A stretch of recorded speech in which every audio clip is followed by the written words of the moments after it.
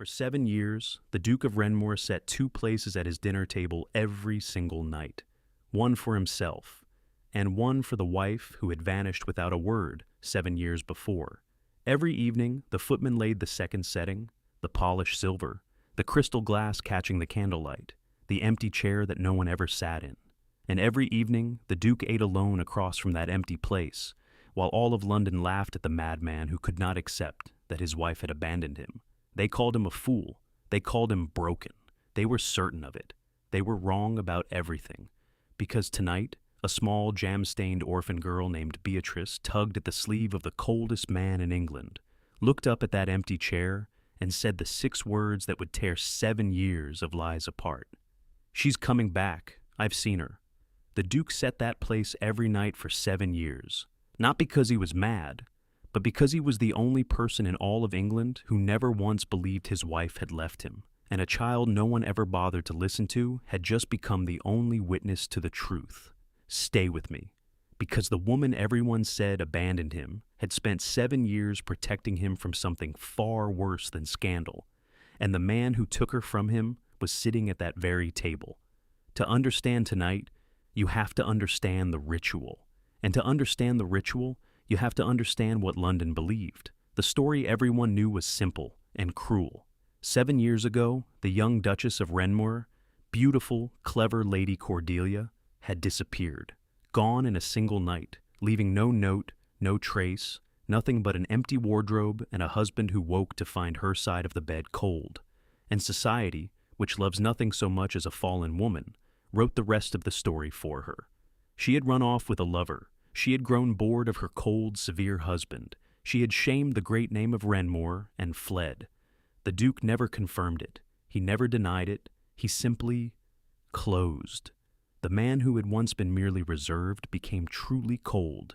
He stopped attending the parties. He stopped receiving callers. He buried himself in his estate and his account books and let the world believe whatever it liked. But he did one thing that the world could not forgive, because it could not understand it. Every night at 8 o'clock, he had his table set for 2. The servants whispered it to the village whispered it to the town. And within a year, all of England knew that the Duke of Wrenmoor was quietly, tragically mad, setting a place each night for a faithless wife who was never, ever coming back. But there was a reason he did it. A reason not one of those laughing, whispering people ever guessed. And it was not madness. It was the opposite of madness. Now, let me tell you how a 7-year-old orphan came to be the most important person in this story. Her name was Beatrice. B to the few who liked her, which at Wrenmoor was almost no one at first. She had arrived at the great house 3 weeks earlier, the daughter of a dead housemaid, taken in out of a grudging sense of duty and put to work in the scullery where a child of 7 was expected to be silent, useful, and invisible. Beatrice was none of those things. She was loud. She was filthy more often than not. She asked questions that made grown servants go pale, and she was completely, magnificently unafraid of the terrifying Duke of Wrenmoor, a man whose cold stare made members of Parliament stammer. The first time she met him, she was eating a stolen strawberry tart in a corridor she had no business being in, and the Duke rounded the corner and froze, expecting a servant to scold into silence. Beatrice looked up at him, jam on her chin, and said, "You look sad. You've looked sad for a very long time, I think." The Duke of Wrenmoor, who had not been spoken to so plainly in 7 years, did not know what to do with her, so he did the only thing he could think of. He let her stay. And here is the thing about children that the whole adult world forgets. Children are not invisible to themselves. They go everywhere. They see everything. They are in the rooms grown men have forgotten they're standing in. Beatrice, ignored by every adult at Wrenmoor, had the run of the entire estate, the cellars, the attics, the locked old wings no one used anymore. And she was about to wander into the one place she was never, ever meant to find. It was Beatrice who found the portrait. In a shrouded gallery in the closed east wing, under a dust sheet she dragged down out of pure curiosity, she uncovered a painting of a young woman with dark hair and laughing eyes and a warmth that seemed to reach right out of the canvas. The child stood and stared at it for a long time, and when the Duke found her there an hour later, having searched half the house, she did not flinch at his thunderous expression. She just pointed up at the painting. "Who is the pretty lady?" For a long moment, the Duke could not speak. When he did, his voice was rough, in a way Beatrice had not heard before. "That," he said quietly, "was my wife." "Was?" Beatrice frowned. "Is she dead?" "No." "Then she's not a was, she's an is." The child said it with the flat certainty of someone correcting a spelling error. "Where did she go?" And the Duke of Wrenmoor, the cold, severe, unreachable Duke, looked at this small, filthy creature who was not afraid of him, and found himself answering honestly for the first time in 7 years. "I don't know," he said. "Everyone says she left me. They say she ran away." Beatrice considered this, chewing her lip. "Did you see her leave?" The question landed like a stone in still water. "No," the Duke admitted. "I did not." "Then how does everyone know?" Beatrice asked, with the devastating logic of the very young. And before he could answer, she added the thing that would change everything. "I don't think she left. People who leave don't look like that." She pointed at the warm, laughing, painted face. "That lady loved somebody. You don't stop loving somebody and just run away in the night without your shoes." Out of the mouth of a 7-year-old came the exact thing the Duke had believed in his bones for 7 years and had never once been able to prove. His wife had not left him. He knew it. He had always known it. He just had no evidence, no trail, nothing but his own stubborn faith, which is why he set that place every single night. Not for a faithless woman, for the wife he was certain, somehow, somewhere, was still out there. And he was right. She was closer than he could have dreamed. So, let me tell you the truth that London never knew. The truth about the night the Duchess of Wrenmoor disappeared. Cordelia had not been a bored wife. She had been, by every account that mattered, a happy one. She and the Duke had married young. A match arranged, yes, but one that had grown, against all the odds of their world, into something real. He was reserved. She was warm. He managed. She noticed. She had a quick mind and quicker eyes. And she had taken a genuine interest in the running of the great estate that her husband, buried in Parliament and duty, often left to others. And that, her noticing, was what destroyed her. Because Cordelia had begun to notice that the numbers did not add up. The estate was vast and wealthy, and yet money was bleeding out of it in ways she could not explain. Contracts she did not remember her husband signing. Tenants paying rents that never seemed to reach the books. Sums vanishing into accounts with no names. And every thread she pulled led back to the same man. The Duke's trusted steward and man of business. The man who had served the family for 20 years, who held the keys to everything, whom the Duke trusted as he trusted his own hands. A cold, careful, patient man named Silas Vane. Remember that name. Because Silas Vane is the reason an innocent woman lost 7 years of her life. And he is, at this very moment in our story, still standing at the Duke's elbow, trusted, indispensable, and watching the arrival of a sharp-eyed little orphan girl with growing, careful alarm. Cordelia made one mistake. She was honest, and she was kind, and so she did the decent thing, the fatal thing. Before she went to her husband with what she'd found, she went to Silas Vane himself. She gave him the chance to explain. She believed, because she was good, that there might be an innocent answer. There was not. What Cordelia did not know was how deep it went. Vane had spent years not merely skimming the estate, but forging the Duke's signature, on loans, on contracts, on documents that, if they ever came to light, would not just ruin Vane. They would implicate the Duke himself in fraud, destroy the Wrenmoor name, and bring the whole house down in scandal and debt. Cordelia held, without fully realizing it, the power to send Silas Vane to the gallows. So Silas Vane moved first. That very night, before she could reach her husband, Cordelia was taken. Not killed. Vane was too careful for murder, which leaves bodies and questions. Instead, she was spirited away in the dark to a remote property, a forgotten dower house on the far edge of the estate's lands. And there she was, confined under the watch of people Vane paid to be silent. And then he built the lie. He removed her things to suggest flight. He let a rumor of a lover do the rest. And he delivered to her, through her keepers, the threat that would hold her for 7 years. "Try to escape," Vane told her. "Try to send one word to your husband, and I will produce documents proving he committed the fraud. I will see the Duke ruined and imprisoned, and I will have you declared a madwoman and locked away where no one will ever look. Stay silent, stay hidden, and he keeps his name and his freedom. The choice is yours, Your Grace." And so, Cordelia made the same impossible choice that breaks the heart of every story like this one: to protect her husband, to keep him free, to keep his name intact. She had to let him believe she had abandoned him. She had to vanish and stay vanished, and let the man she loved think the worst of her for 7 long years. Her silence was not betrayal. Her silence was the deepest kind of love there is, and she had no way of knowing that across those 7 years, every single night, he set a place for her anyway. Here is what nobody understood about the empty chair. The Duke of Wrenmoor was not a sentimental man. He was not waiting out of weakness or grief or the inability to let go. He set that place every night for one reason: because he knew his wife. He had lived beside her. He had seen her love and her loyalty and her fierce decency, and not one cell in his body believed she had walked away from it in the night. He could not prove it.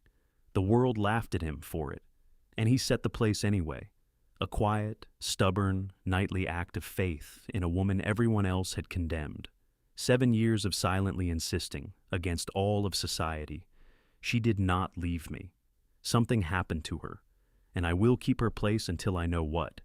If your heart just broke a little, if you're sitting there realizing that the woman everyone called faithless spent 7 years protecting the man she loved, and that he kept faith with her every single night, then you already understand what this channel is about. The quiet ones, the faithful ones, the love the world refuses to see. That's every story I tell here. Subscribe and stay with me to the end, because what Cordelia does next is the part you'll remember. Now, back to a small girl with jam on her hands and no sense of where she was permitted to go. Beatrice had become obsessed with the lady in the portrait. She asked about her constantly, and being a child to whom no adult paid attention, she did what neglected, curious children do. She explored, further and further, the cellars, the grounds, the far paths no one walked. And one gray afternoon, chasing a barn cat across a field she had no business being in, Beatrice came upon a small, shuttered house at the very edge of the estate, a place she had been told was empty, derelict, forbidden. There was smoke coming from the chimney, and in the window, pale, thin, older than the portrait but unmistakably the same warm face, was the lady. The two of them, the child and the prisoner, stared at each other through the glass, and Cordelia, who had not spoken to a soul who wasn't her keeper in 7 years, pressed her hand to the window and mouthed 3 desperate words to a 7-year-old girl. "Tell the Duke." Now, imagine being Beatrice, 7 years old, told by everyone you are no one, that your job is to be silent and invisible, and you alone are carrying the biggest secret in the entire house. The lady in the portrait is real. She is alive. She is trapped. And the only person who will believe you is a terrifying Duke that grown men are afraid to speak to. What do? You tug his sleeve at dinner. You look at the empty chair, and you say the 6 words. "She's coming back. I've seen her." At first he did not let himself believe it. How could he? 7 years of hope, carefully managed, kept on. The leash of reason. And now, a child's wild claim threatening to tear it all loose. He very nearly dismissed her, but the Duke of Wrenmoor had spent 7 years being the only person who trusted a thing he could not prove. He, of all people, knew what it was to be the one no one would believe. So he knelt down, the great cold Duke on the floor, at eye level with a scullery orphan, and he said very quietly, "Beatrice, this is not a game. Tell me exactly what you saw, every detail, leave nothing out." And she did. The little house at the edge of the lands, the smoke, the pale lady with the portrait's face, the hand on the glass, the 3 words, and the Duke went very, very still, because the little house at the edge of the lands was a property he had been told, for 7 years, was derelict and empty, told by his trusted steward, told by Silas Vane. In one instant, 7 years of carefully buried questions came roaring up at once. Who managed that distant property? Who had assured him, year after year, that it sat empty and forgotten? Who had been at his elbow the night Cordelia vanished, steadying him, guiding the search away, comforting the grieving Duke, the man he trusted with everything. The Duke rose to his feet, and for the first time in 7 years, the cold in his eyes was not grief, it was fury. He did not confront Vane, not yet. The Duke of Wrenmoor had not survived 7 years of patient faith by being a fool, and a cornered man like Vane, warned too soon, might do something desperate. So, he moved in silence. That very night, while the household slept and Silas Vane believed everything was under control, the Duke saddled a horse himself and rode to the edge of his own lands with a sharp-eyed little girl bundled in a cloak before him in the saddle, showing the way. The little house sat dark and shuttered under the moon, smoke curling from its chimney, a house that was supposed to be empty. The Duke dismounted. He crossed to the door, and he did not knock. He broke it down. And in a small, bare room lit by a single candle, a thin woman with gray threading her dark hair rose slowly from a chair, her hand at her throat, staring at the man in the doorway as though he were a ghost. Or she were. "Adrian," Cordelia whispered. 7 years. 7 years of silence, of one empty chair, of a city's laughter, of a faith no one shared. And now the two of them stood 3 feet apart in a candlelit room, and neither of them could move. "You kept faith," Cordelia breathed. "All this time. I heard, even here the keepers laughed about it, the mad Duke in his empty chair. I thought it would break me. I thought, he believes I left him. And you never—" "I knew you," the Duke said, his voice cracking down the middle. "I always knew you. I just could not find you." And the coldest man in England crossed the room and took his wife in his arms for the first time in 7 years. It should be the end. The reunion, the empty chair finally answered. But you and I both know it is not over, because the man who stole 7 years of their lives was still asleep in the great house, still trusted, still holding the forged papers that could destroy them both. Finding Cordelia was only half of it. Now they had to make sure Silas Vane could never take her, or the truth, away again. Here is the part I love most, because Cordelia did not come home to be rescued and tucked away. She came home to finish it. 7 years confined had not dulled her. It had sharpened her into something patient and precise. And in 7 years of captivity, Cordelia had done the one thing her keepers never thought a woman could do. She had kept records. "He visited," she told her husband that night, her voice steady and cold. "Vane, once a year, to gloat, to remind me of the threat, to make sure I was still afraid. And every time he came, he talked. Men like him always talk, Adrian. They cannot resist showing a captive how clever they've been, where the money went, which contracts he forged, which accounts hold the proof." She pulled a thick sheaf of papers from beneath the floorboards of her prison, pages and pages in her own careful hand. "I wrote down every word, 7 years of it. I noticed everything. I always did." The Duke stared at the records that could send Silas Vane to the gallows, assembled, patiently, by the very woman Vane had buried alive to keep silent.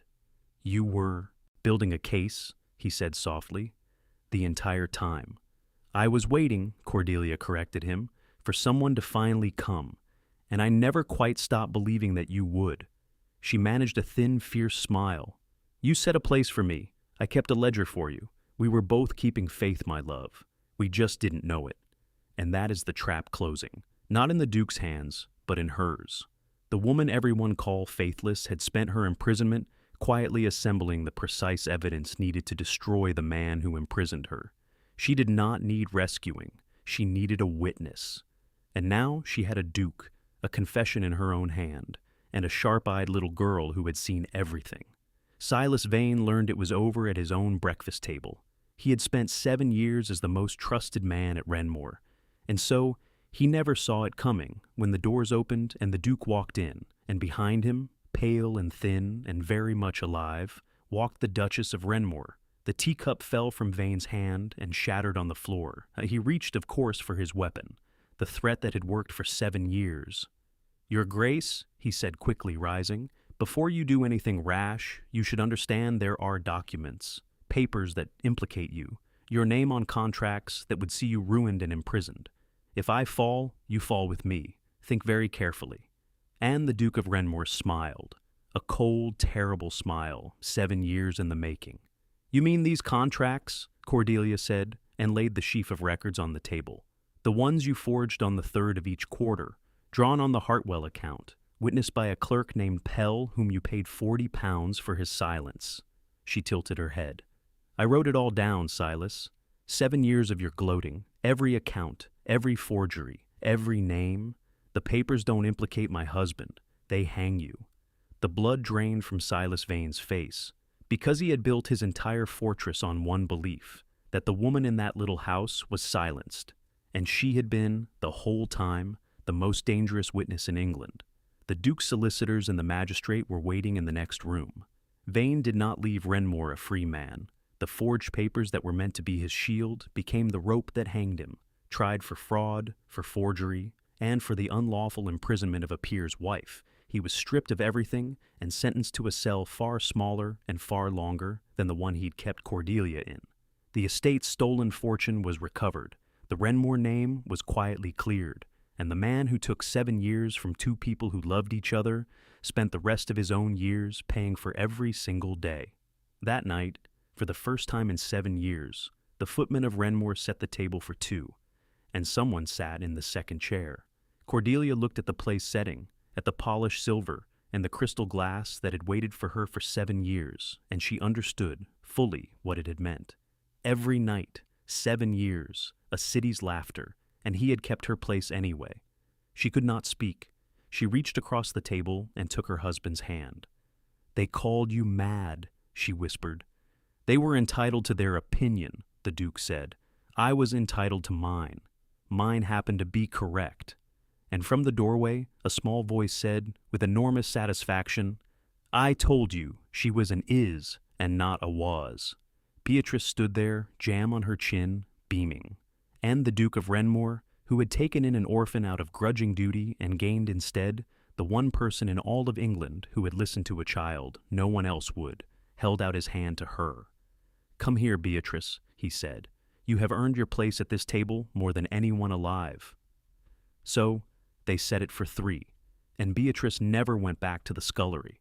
The Duke and Duchess of Wrenmoor, who had been given 7 years apart, were not about to waste a single day of the time they had left, and they had no intention of doing it without the sharp-eyed little girl who gave Cordelia back to them. But that is a happiness for the very end of our story. 1 year later, the great dining hall of Wrenmoor was the loudest, warmest room in the county. The table was set for 3 every night now, and often more, because the Duchess of Wrenmoor, who had spent 7 years in silence, had filled her home deliberately with noise and life and people. The shutters were open, the closed wings were closed no longer, and the portrait of the laughing dark-haired woman had been moved out of the dusty gallery and hung where it belonged, over the mantel where she could watch her own family eat. Beatrice, scrubbed and adopted and utterly insufferable about having been right, sat between them, narrating her day at a volume that would have scandalized the old Wrenmoor. And the Duke, the cold, severe, unreachable Duke that London had pitied for 7 years, sat at the head of a full table, watching his wife laugh, and looked happier than any man in England. "What are you thinking?" Cordelia asked him. "That I spent 7 years setting a place for you," he said, "and I would have set it for 70. And that the one person who finally found you was the one person the whole house had decided didn't matter." Cordelia looked at Beatrice, who was attempting to feed peas to a disinterested cat under the table. "The world is very bad," the Duchess said softly, "at noticing who actually matters." "Yes," said the Duke, "it is. We shall simply have to be better at it than the world. So, here is what I want you to carry with you tonight. For 7 years, the whole world looked at the Duke of Wrenmoor and saw a madman setting a place for a faithless wife. And the whole world looked at Cordelia and saw a woman who ran. And the whole world looked at a jam-stained orphan girl and saw no one at all. The whole world was wrong about every single one of them, because the loudest, most confident story is so often the false one. The man they called mad was the only one keeping faith.